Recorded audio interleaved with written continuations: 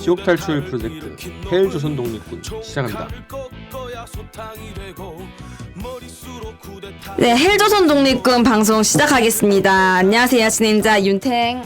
권호익입니다. 네, 반갑습니다. 예. 이제 새로운 코너가 추가됐다는 예. 이야기를 들었습니다. 저희 이 헬조선 독립군은 다양한 코너들이 사라졌다가 생겼다가 네. 자유자재로됐습니다. 예. 근데 뭐 이번에 준비되고 있는 코너가 껍데기는 가라라는 코너인데 네. 뭐 네. 제목에서부터 삘이 좀 오는 것 같은데 네. 이건 격주로 진행된다 하더라고요. 네. 격주 간 주요 사회 현안에 대해서 이 현안에 대한 심리 분석과 이론 분석 그리고 어떤 대안을 마련해야 될까 하는 대안 모색을 네. 가지고 이야기하는 거라서 조금 더 전문적인 분들이 나오셔서 이야기하는 것이 청취자분들에게 좋지 않을까 해서 네. 새로운 진행자분들이 추가되셨다고 해서 그 소개를 먼저 하고 시작할 수 있었으면 그렇죠. 좋겠습니다. 네. 두 분 먼저 얘기를 네. 인사 먼저 듣죠. 우리 네, 예. 오랜만입니다. 네, 심리학자 김태형입니다. 와. 네, 안녕하세요. 우리 사회연구소에서 일하고 있습니다. 곽동익입니다. 또 새로운 분들이 오시니까 뭔가 정말 전문적인 이야기를 들을 수 저희 있을 것 앞에 같네요. 이게 모토를 네. 트라우마 한국 사회의 출구를 찾는 헬조선 독립군 껍데기는 가라 이렇게 잡았어요. 한국 사회의 이 고질적인 어떤 그 문제 있잖아요. 네. 의식, 트라우마 이런 거에 대해서 시사 문제를 가지고 그거의 내면에 있는 바탕을 한번 쭉 우리가 분석을 해보자 이런 취지로 제목을 달았어요. 그래서 격주로 진행이 되고 시사 문제에 대한 새로운 또 접근, 심리학적 접근, 또 과학적 접근 그리고 여러 가지 한국 사회의 발전 방향, 한국 사회의 운영 방안에 대한 여러 가지 이론들이 있어요. 보수 정에도 있고 진보 정에도 있고 여러 가지 론들이 있잖아요. 그런 론들에 대해서 저도 분석을 좀 해보고요. 그럼 어떤 방향으로 가야 될 것인가 한국 사회가 이런 대안까지 모색해보는 그런 방송으로 격주로 워낙 이 바쁘신 분들이라 격주로 모시기로 했습니다. 뭐 격주로 시작하는 거에 앞서서 두 분의 다짐 한마디 정도. 네. 좋겠네요. 전 뭐 할 수 있는 말을 최선을 다해서 하겠다 정도. 사실은 주제를 봤을 때는 제가 전문적으로 참가하기가 어려운 주제들 아니냐 이런 생각이 있었는데 네. 그래도 심리학적 해설이 필요하다고 하시니까 네. 거기에 대해서 최선을 다해서 네. 열심히 하겠습니다. 네, 네. 맞습니다. 예, 한국 사회의 출구를 찾는. 네. 예, 한국 사회의 출구만 찾으면 거의 뭐 대박 나는 거 아닌가요? 그렇죠. 예, 방송 대박 나기를 바라고 네. 우리 또 이 헬조선 독립군 프로그램 자체가 아마 올해 큰 성과를 이루겠죠. 네. 거기에 작은 보탬이라도 한번 해보겠습니다. 너무 겸손하신다. 네. 박사님이세요, 우리 네. 공학 박사. 네, 저는 학사입니다. 네. 다 학사? 네. 학사요. 네. 네.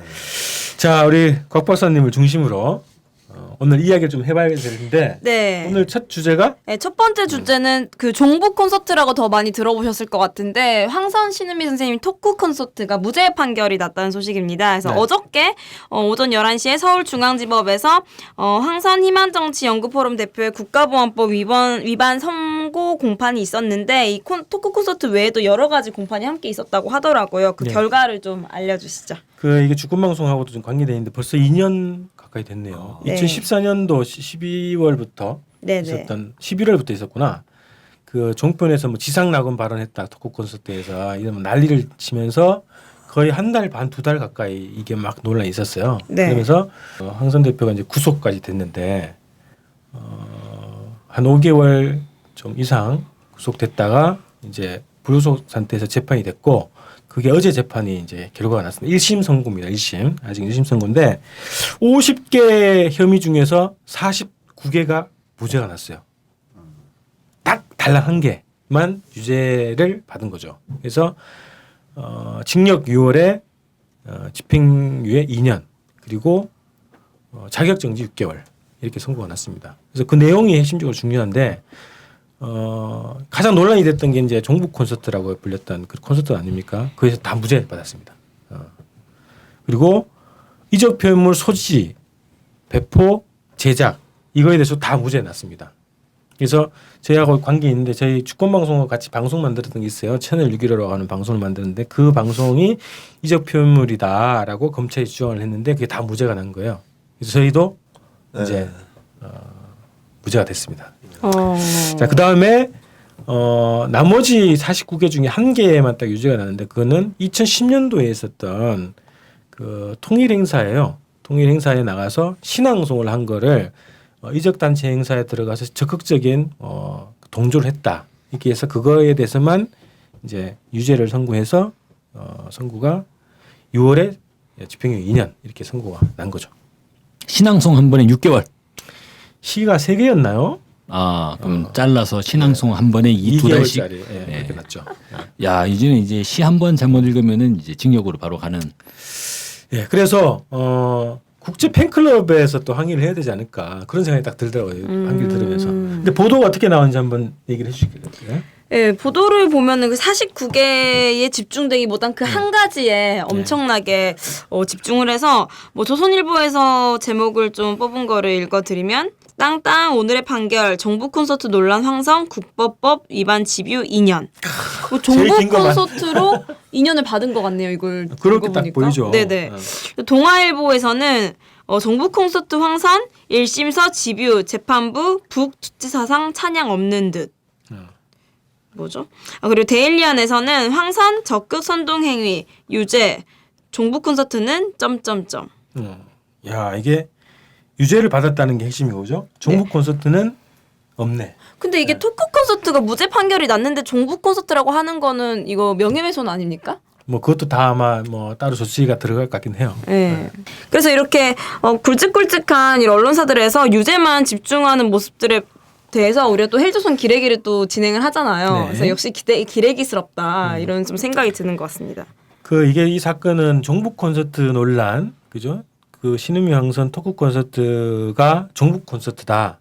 지상낙원이라고 북을 찬양했고 북의 새 지도부를 극구 찬양했다. 그리고 뭐 색상둥이도 아닌데 색상둥이에 대해서 뭐 국가에서 뭐 이렇게 대우를 해준다. 이것 거짓말이다. 그리고 그 평양 맥주가 맛이 없는데 맛있다 했다. 그리고 북에 이제 그 노동자들이 핸드폰을 많이 안 쓰는데 일부만 쓰는데 노동자들이 200~300만이 쓴다. 이런 식으로 거짓으로 이제 콘서트를 열었다. 이렇게 주장을 한 거예요. 그게 핵심이거든요. 근데 그것만 딱 하려고 기소를 하려고 보니까 부족한 거야. 그러니까 옛날에 뭐 몇십 년 전에, 십몇 년 전에 있었던 것까지 다 끌어다가 이번에 한꺼번에 기소를 한 거죠. 그걸 보면 이제 그 함께 콘서트를 진행했던 신은미 선생님에 대해서는 기소조차 못했죠. 기소 유예됐죠. 예, 결국은 기소도 못하고 그냥 이제 일종의 해외 강제 출국시킨 거고요. 미국 국민이시니까 그렇게 미국으로 예. 한 것이고. 그래서 이 제목을 단 언론사들의 공통점이 뭐냐? 이 종북몰이에 적극 가세했던 언론들이다. 그래서 자기 죄를 이제 반성을 해야 되는 거죠.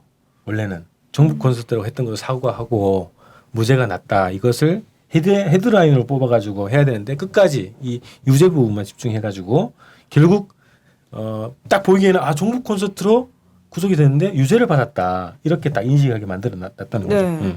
근데 열심히 국어 공부해가지고 그 아까운 재능을 이런 데 쓰고 있어요. 그러니까 종북 콘서트 논란 황선 이렇게 되면 우리 국민들이 읽을 때는 황선 뭐야 이거 죄가 있네 이렇게 이제 나타나게끔. 네. 그래서 콘서트는 통일 콘서트다. 이렇게 명명을 해야 되겠고 그렇죠. 종북 콘서트라고 다시 또 기사에 재반복하는 언론사들은 아마 후속적인 조치가 법적 조치가 있지 않을까 네. 싶습니다. 네. 판결이 났는데도 정신을 너무 못 차리네요. 근데 저는 어제 SBS 그나마 방송사 중에서는 SBS가 가장 뭐 그나마 좀 무난하게 방송을 한 것 같아요. 종북 콘서트 무죄 이런 식으로 해서 헤드라인 잡고 방송을 했더라고. SBS 뭐 그나마 저희한테 뭐 영상 자료 요청했지만 저희 돈 내고 쓰라고 했거든요. 안 썼나요? 그리고 안 쓰더라고. 어쨌든 뭐 무난하게 이제 방송을 해준 수인 거에 대해서 평가를 합니다. 예. 근데 저는 항상 이런 일이 들었면 어제도 뭐 친구들이랑 이야기를 했었는데 그 종북몰이 할 때는 거의 며칠 내내 이야기밖에 없었거든요. 근데 무죄 판결은 어쩜 그렇게 그냥 쓱 지나간 것 같은 기분이 들더라고요. 아마 이거 주변 친구들한테 물어보면 모를 것 같아요. 무죄 판결 난 사실조차도. 그렇죠. 일단 재판은 이미 그때 끝난 거죠. 여론 재판은. 그죠. 종북 콘서트고 종북 인사고 네. 이런 걸로 다 여론 재판 다 끝나고 그다음에 이제 판결에 대해서는 그나마 이게 좀 충격적이어서 이제 보도를 한 것 같은데 끝까지 종북 콘서트라고 하는 규정을 계속 고수를 하고 있다 이렇게 볼 수 있습니다. 사람 하나를 사회적으로 매장시키는 거에 대한 아무런 거리낌도 없어 보여서 네. 너무 화가 좀 났습니다. 자, 그래서 이 보도를 한 언론사들은 아마 또 후속 조치를 기대하시기 바랍니다. 불경기에 미안하네. 주권 방송. 가끔 하던 생중계를 요즘 들어 자주 하니 무선통신 용량 초과 통신비가 팍팍 느네. 어찌할꼬 돈 없는데 고민하다 손 벌리네. 정의로운 진보 언론 활동으로 보답하리. 계좌번호 1005-501-779765 우리은행 주식회사 주권방송. 감사합니다.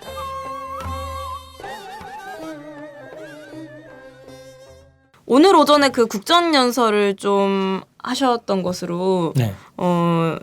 알고 있는데 그 8쪽 페이지에 달하는 정말 긴 내용의 연설문을 읽으셨더라고요. 그래서 이 내용을 좀 간략하게 이야기해 주세요. 저는 또 우선은 모르겠는데 네. 대통령이 국회에다가 내가 연설할래 그러면 아무 때나 할 수 있나? 국회 요즘엔 되는 것 같던데요. 요즘에요? 박근혜 씨. 원래는 안 됐어요? 아니 모르겠어. 이게 막 자주 하니까 요즘에는 국회의장이 받으면 되는 건가? 잘 모르겠어. 여야가 합의해야 되는 건가? 그렇죠. 네. 합의를 해야죠. 그렇게 알고 있는데 어쨌든 이거는 자기가 딱 할 말이 있으니까 대기해 이런 거 느낌이거든요. 근데 거기에 주요 내용이 더 이제 문제가 많은데 이거 워낙 그 말씀을 많이 하셔가지고 다 하기는 몇 가지 좀 쟁점이 되는 부분만 좀 간략하게 좀 말씀을 좀 드릴게요. 일단은 그나마 이제 뭐 대북 지원 이런 걸 좀 포함하는 그 한반도 신뢰 프로세스 이걸 전면적으로 다 폐기한 연설이다 이렇게 볼 수 있고요. 거기에서는 이런 얘기가 있습니다. 북에 대해서 1994년 서울 불바다 발언 이후 우리 측을 향해 핵 불쏘나기, 핵 참화, 핵 공격, 핵 정쟁, 핵 보복 타격 등 핵무기 사용 위협을 지속적으로 자행해왔다. 이런 얘기하면서요. 이런 북한에 대해서 개성공단 가동 중단 조치가 왜 그렇게 했냐 이런 얘기를 한 거예요. 개성공단을 통해서 작년에만 1,320억 원이 들어가는 등 지금까지 총 6,160억 원의 현금이 달러로 지급됐다. 우리가 지급한 달러 대부분이 북한 주민들의 생활 향상에 쓰이지 않고 핵과 미사일 개발을 책임지고 있는 노동당 지도부에 전달되고 있는 것으로 파악되고 있다. 자, 요 부분이 좀 논란이 되고 있죠.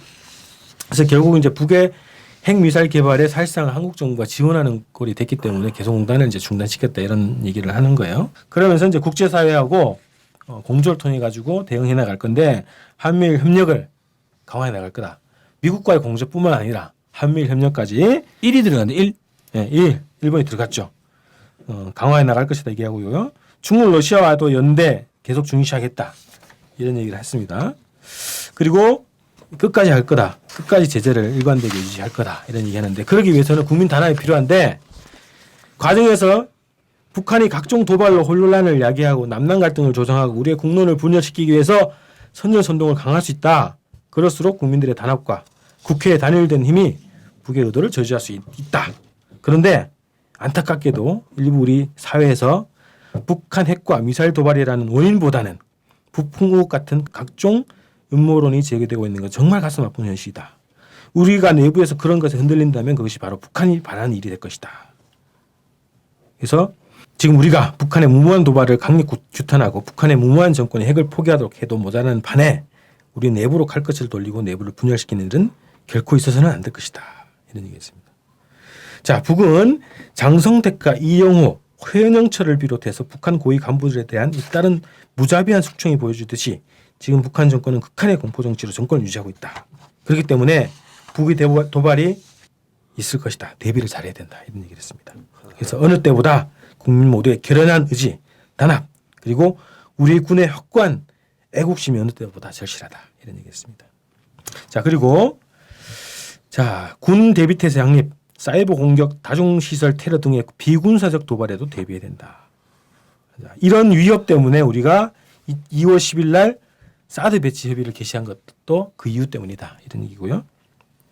자, 그래서 마지막에 이제 부탁하는 거예요. 국회에다가 국민들의 생명 안전을 위해서 그동안 제가 여러 차례 간절하게 부탁드린 테러 방지법과 북한 주민들에 대한 인권 유리를 막기 위한 북한 인권법을 하루속히 통과시켜 달라.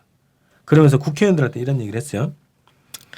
자, 여러분들이 국회의원 여러분들이 국민의 선택을 받고 처음 이 자리에서 헌법을 준수하고 국민의 자유와 복리의 증진 및 조국의 평화적 통일을 위하여 노력하며 국가 이익을 우선으로 하여 국회의원의 직무를 성실히 수행할 것을 국민 앞에 엄숙히 선서하신 것을 잊지 않으셨을 것이라 생각합니다. 그렇기 때문에 이 법을 빨리 통과시켜 달라 이런 얘기하고요. 플러스해서 서비스 발전 기본법, 그죠? 노동개혁법 이것을 빨리 통과시켜 달라 이런 얘기가 포함되어 있는 연설을 장장 8페이지에 달하는 연설을 했습니다. 이게 주요 내용이에요. 제가 본. 이거를 근데 안 보신 분도 있고 그래서 제가 좀 자세하게 얘기했는데요. 자, 이게 몇 가지 좀 쟁점이 있어. 아까 얘기했던 것 중에 자금이 노동당으로 들어간다 이런 얘기는 며칠 전 지난주인가요? 통일부 장관이 얘기했다가 지금 공격을 받았다가 다시 철회를 했거든요. 홍영표 통일부 장관이. 네네. 네. 번복했죠. 예. 그래서 그게 왜 번복을 했죠? 증거가 없으니까요.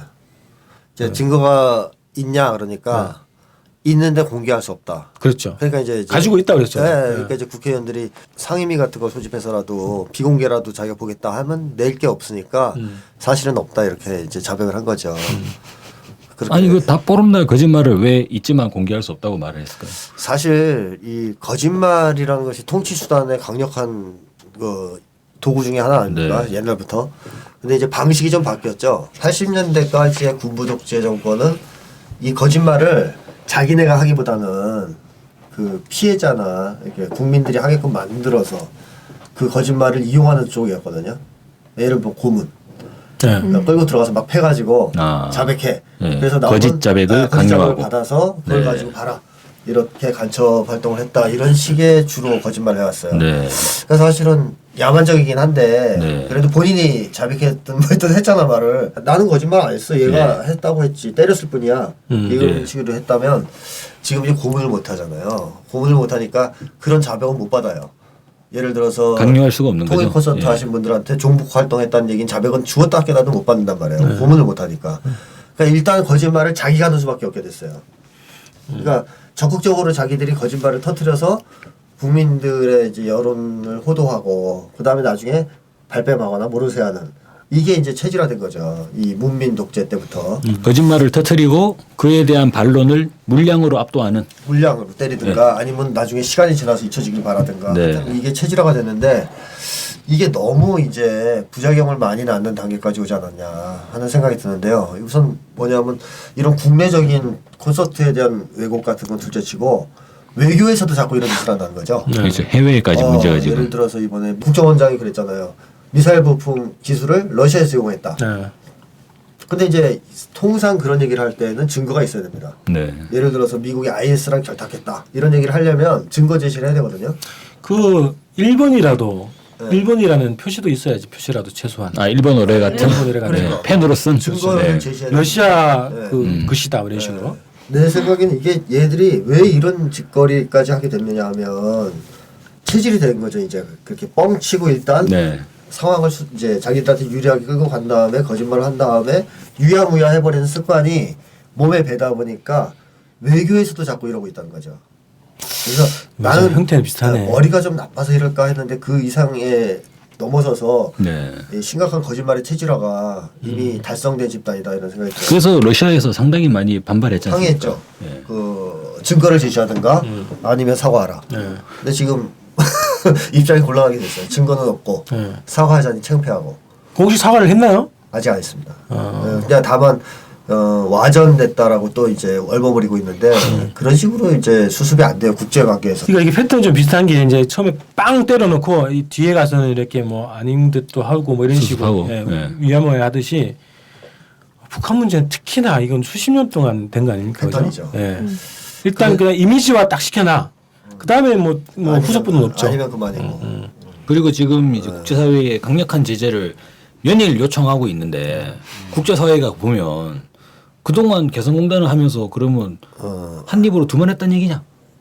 실제로는 북한 노동당 지도부로 거액의 자금이 들어가는 걸 알면서도 개성공단 계속 유지했냐? 간다는 점을 알면서 그죠? 그죠. 국가의 존립과 안전을 위태로워야 한다는 점을 알면서도 그러면 이제 그러겠죠. 이제 얼마 전에 알았다. 최근에 알았다.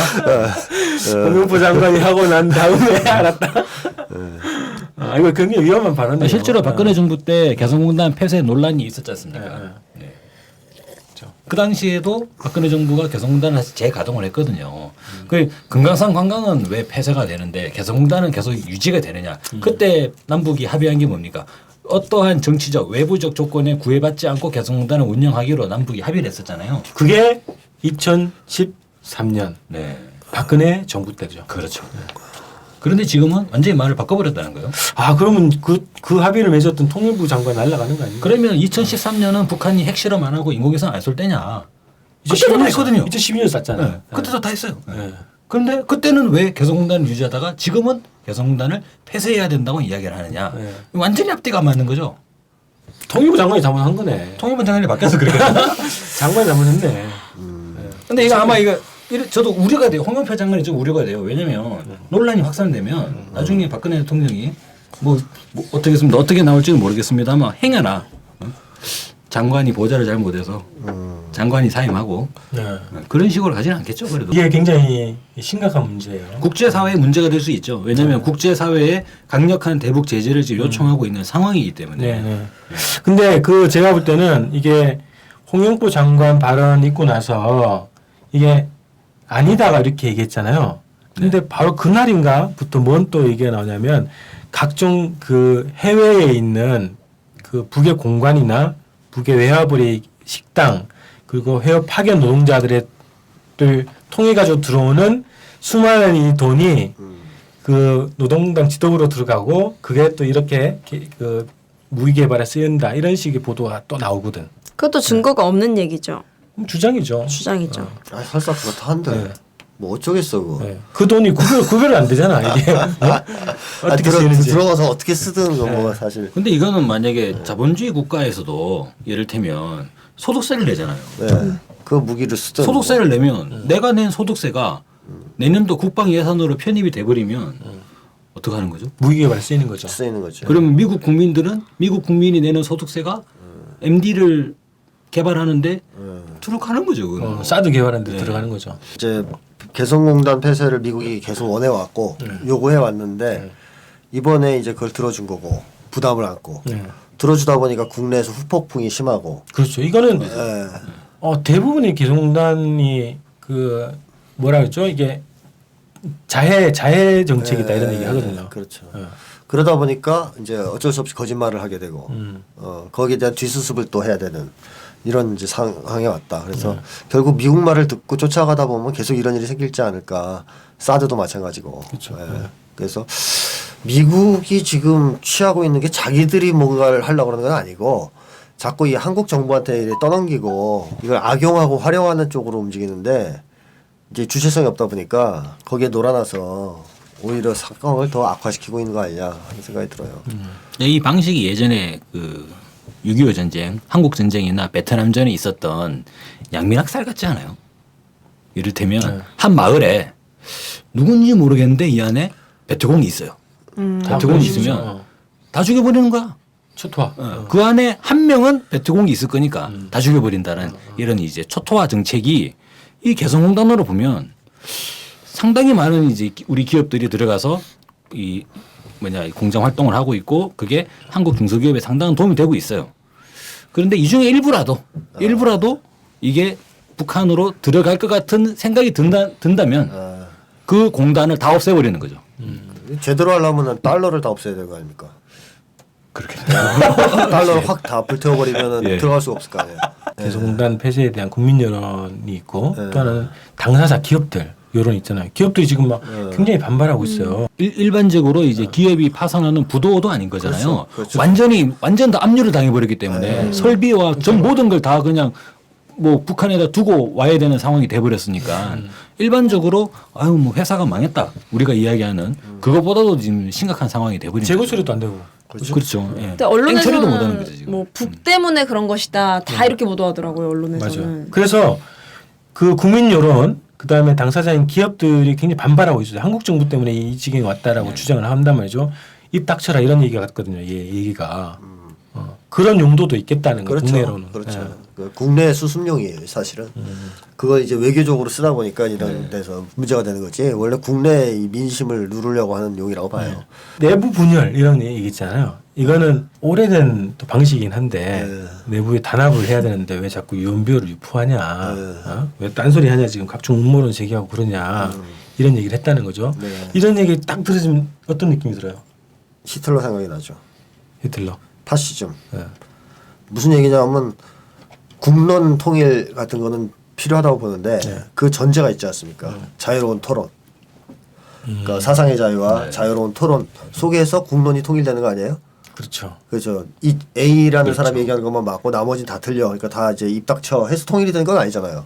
그런 방식의 통일이라면 히틀러식 통일일 테니까. 그럼 파시즘이 쓰는 전형적인 논리죠. 그러니까 나랑 생각이 다른 사람, 정부에 반대한 사람은 다 작살내겠다. 입 닥치고 통일하자.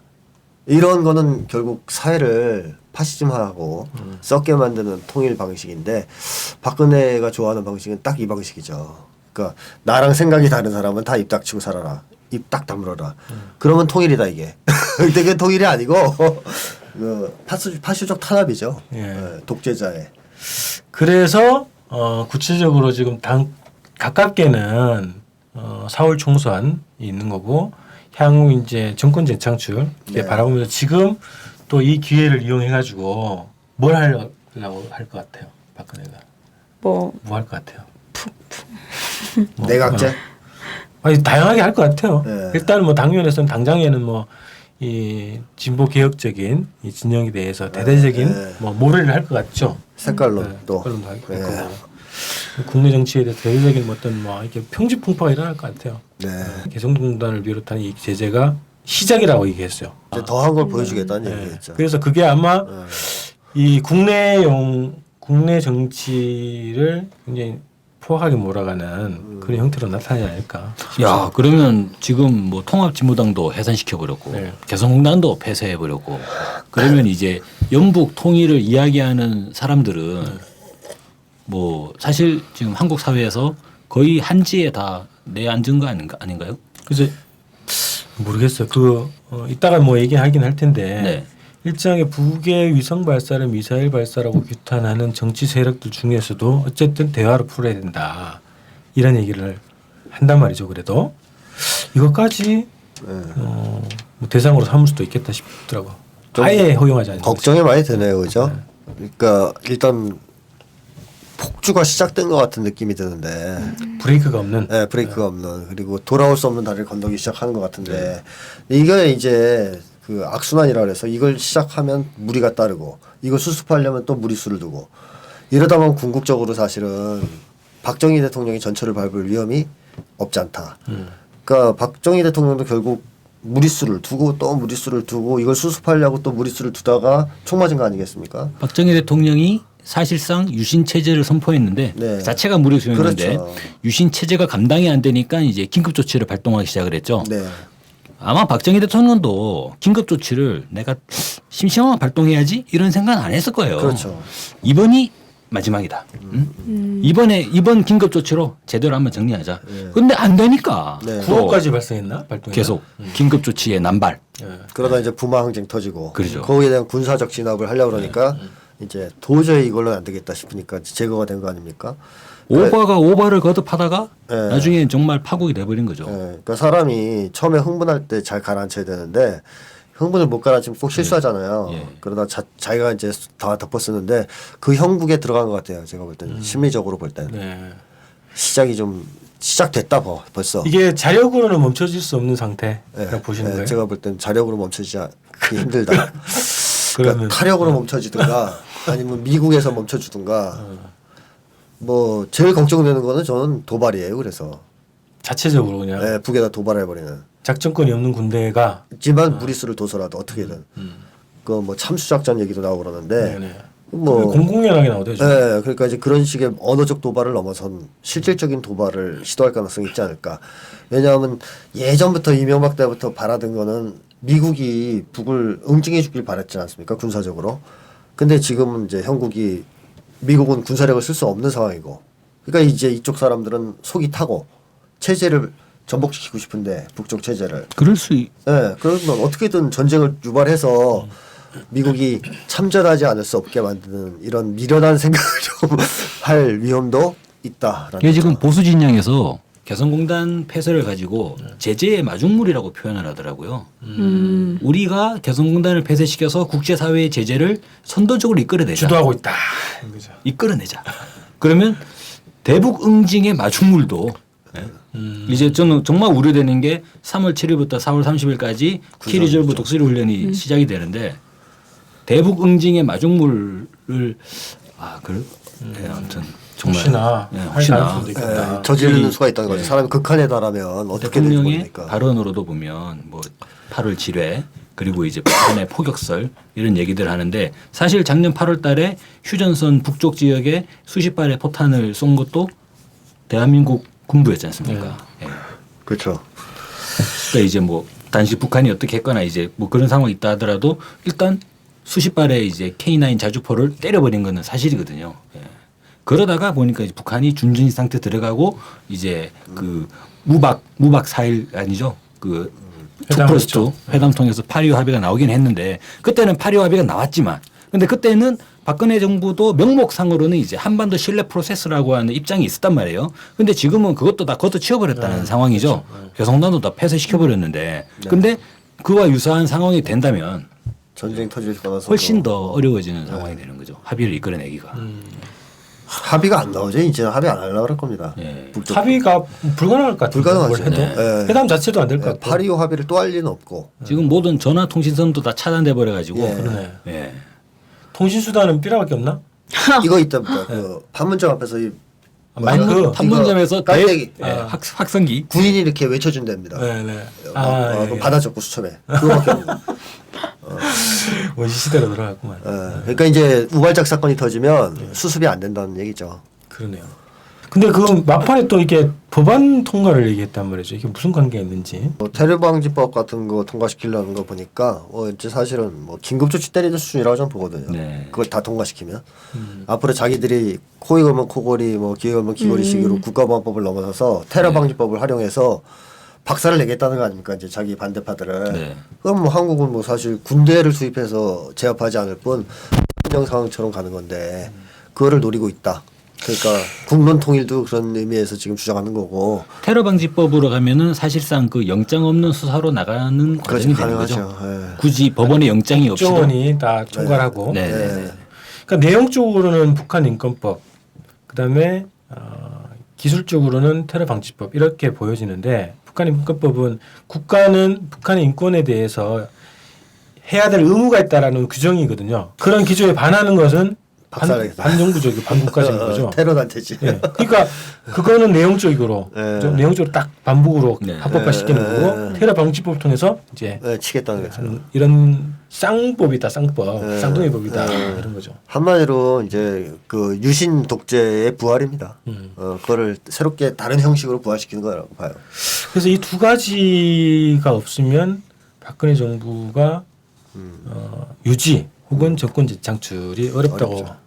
보는 거겠죠. 네. 박근혜 정부의 공포. 네. 미국이 이러다가 버리는 거 아니야? 우리를 버리고 핵보유국으로 북을 인정하는 거 아니야? 그죠. 이거에 대단히 이제 지금 심리적으로 압박을 받고 있을 것 같거든요. 그러니까 지난번 연설 때 베트남 패망 얘기를 했어요. 네. 박근혜 대통령이. 그렇죠. 예. 그 문제적으로는 큰 문제죠. 흔히 꺼낼 수 있는 큰 얘기는 문제를 아닌데 낳죠. 네. 실제로 박정희 대통령이 그 베트남 패망을 경험하면서 네. 그때부터 독자적인 핵개발을 시작했거든요. 아 그때 박정희 대통령을 근저리에서 퍼스트 레이디 그렇죠. 대행으로 봤죠. 보좌했던 사람이 지금 박근혜 대통령. 역사적인 네. 경험이 있구만. 그러니까 둘 이제 다. 박근혜 입장에서는 아버지가 딱 느꼈던 그 감정을 다시 한번 느꼈을 가능성이 있습니다. 아버지의 충격. 나도 아버지처럼 저렇게 버림받는 거 아니야? 미국도 저렇게 예, 떠나갈 수 있구나. 예, 떠나갈 수 있다. 우리를 버릴 수 있다. 그러면 이제 어떻게든 이걸 막아야 되는데 곽 박사님 말대로 저지르는 수밖에 없는 거 아니에요? 그 상황까지 가기 전에 미국이 수교를 하는 쪽으로 가지 않고 전쟁을 하도록 자기가 어떻게든 몸을 던져서라도 만들어내지 않으면 안 된다는 이 심리적 부담감, 그런 어떤 두려움, 강박감 이런 게 있을 것 같습니다. 지금이 승부차다. 이거죠. 그렇게 생각하는 것 같아요. 본인은. 예, 본인은. 갈수록 국면은 어려워질 거니까 예. 지금이 승부차다. 단순하게 이게 총선용이다라고 보는 것도 좁은 소견이네. 그렇죠. 저가 볼 땐 그렇습니다. 그거 넘어서는 문제가 있어요. 총선용으로만 보기에는. 그러니까 야당에서는 지금 이게 부풍 그 총선용 부풍이다 이렇게 규정을 하고 대응을 하는데 그것도 물론 이제 박근혜 대통령이 지금 밟았지만 그걸로 보면 너무 작은 소견이다고 보는 거네. 제가 볼 땐 더 큰 게 있어요. 네네. 어우 살 떨린다. 그러면 진짜 전쟁이 날지도. 그게 제일 걱정이라는 거죠. 네. 그런 거를 저질러서 이판사판 아버지처럼 되기 전에 끝을 보겠다 하는 심리가 있을 수 있다는 거죠. 근데 저는 전쟁이라고 하는 거는 사실상 뭐 군사적 충돌, 국지 그러니까 지금 이제 우리 군에서 북한의 국지 도발. 네, 예를 들면 그렇죠. 이제 군은 이렇게 얘기하잖아요. 핵과 미사일 다음은 국지 도발이다. 네. 이렇게 이야기를 하고 있는데 그래서 좀 걱정이 되긴 해요. 네. 근데 근데 이제 문제는 네. 박근혜 대통령이 이제 그런 어떤 심리적인 문제는 있지만 머리가 안 따라간다는 거죠. 그러니까 국제 정세를 이해하는 머리 이런 거에서는 워낙 뒤처져 있기 때문에 약간 자폐성이 있지 않나 싶은 생각이 들 정도로 지금 외교가 자기중심적이거든요. 외교가 연이어 작살나고 있어요. 네. 베트남 아까 외교 날라갔죠. 아까 러시아 외교 날라갔죠. 이번에 사드 배치하면서 중국 외교 날라갔죠. 그러니까요. 이거 지금 뭐 하는? 그러니까 왜냐하면 욕심에 비해서 머리가 안 따라가는 이 상황 이해를 못하는. 그러니까 자기가 저지르면 미국은 어쩔 수 없이 동참해서 북을 밟아줄 것이라고 믿는. 네. 그러니까 이제 박근혜가 생각하기에는 지금 북과 미국은 게임이 안 되는 차이. 그러니까 미국은 이제 언제라도 쳐들어가서 한 번에 끝내줄 수 있는데 그죠. 이상하게 안 밟고 봐주는 이 답답함 정도를 갖고 있는 것 같은데 맹신이네요, 맹신. 그렇죠. 이제 그런 거 자체가 이미 이런 오판을 유도하고 있는 거 아니냐. 근데 그게 결국 좋은 결과 나오지 않겠죠. 세계 정세는 지금 수교로 가고 있잖아요. 그러니까요. 근데 박근혜 정부는 혼자서 단교적으로 지금 박근혜 정부 할 수 있는 건 뭐 있냐? 국제사회에 호소하는데 국제사회에 아무 말도 못 하는 거예요, 사실. 그러면 뭐 하냐? 국민들만 때려잡는 거죠, 이제. 그러니까 그게 문제예요 지금. 하여튼 그 우발적 충돌이든 어쨌든 그런 마중물이 발생할 가능성이 굉장히 높고 그다음에 국내 정치뿐만 아니라 국내의 통치가 굉장히 포악해질 그럴 가능성이 거다. 있습니다. 네. 조심하세요. 저 그거 물어봤어요. 아니 우리 방송은 안전할 것인가? 지금 그게. 근데 제가 말씀드렸잖아요. 그게 안 된다는 거죠. 본인의 욕심일 뿐이지 현실하고 너무 안 맞잖아요. 정부의 의도가 그렇다는 거. 네, 의도가 그렇다. 박근혜 대통령이 신이 아니잖아요. 그나마- 우리가 예전에 박정희 대통령을 반신 반인 뭐 이런 얘기도 있고 뭐 어느 쪽에서 한다고 하는데 신이 아니지 않습니까? 그거는 이제 시대착오적인 발상인 것이고 그거를 우리 국내의 평화 세력이 또 얼마나 많습니까? 평화를 바라고 또 이제 이 한국 사회의 이성적인 발전을 바라는 압도적인 다수의 국민들이 있기 때문에 저는 충분히 민주주의는 우여곡절이 있겠지만 헌법 수호 세력들이 그 단일화될 것 같습니다. 평화 통일을 네. 담고 있는 헌법 수호 세력이 네. 총단결하지 않을까. 이 전쟁을 막기 위해서 오히려 그렇겠죠. 네, 네. 네, 무리하면. 박근혜 대통령 국정연설을 토대로 이걸 좀 분석을 다각면으로 심리 분석도 해보고 이런 분석도 해보고 대한무색을 해봤죠. 대한무색이 평화 세력들 집결하라 막아야죠. 될 것이다. 막아냅시다. 막아냅시다. 예. 폭주를 막아야죠. 폭주를 막자 이렇게 좀 이야기가 됐는데 좀 정말 그렇게 됐으면 좋겠어요. 폭주가 저는 평화를 너무 사랑하고 아직 27밖에 안 되기 때문에 전쟁은 안 됩니다. 네. 우리는 나이가 많아서 죽어도 되니까. 이거 또 규탄말을 막. 네. 그래서 좀 이것으로 오늘 좀 껍데기 있는 거 알아 첫 번째 방송 좀 맞춰볼 수 있도록 하겠습니다. 감사합니다. 네, 고맙습니다. 못 밀어내고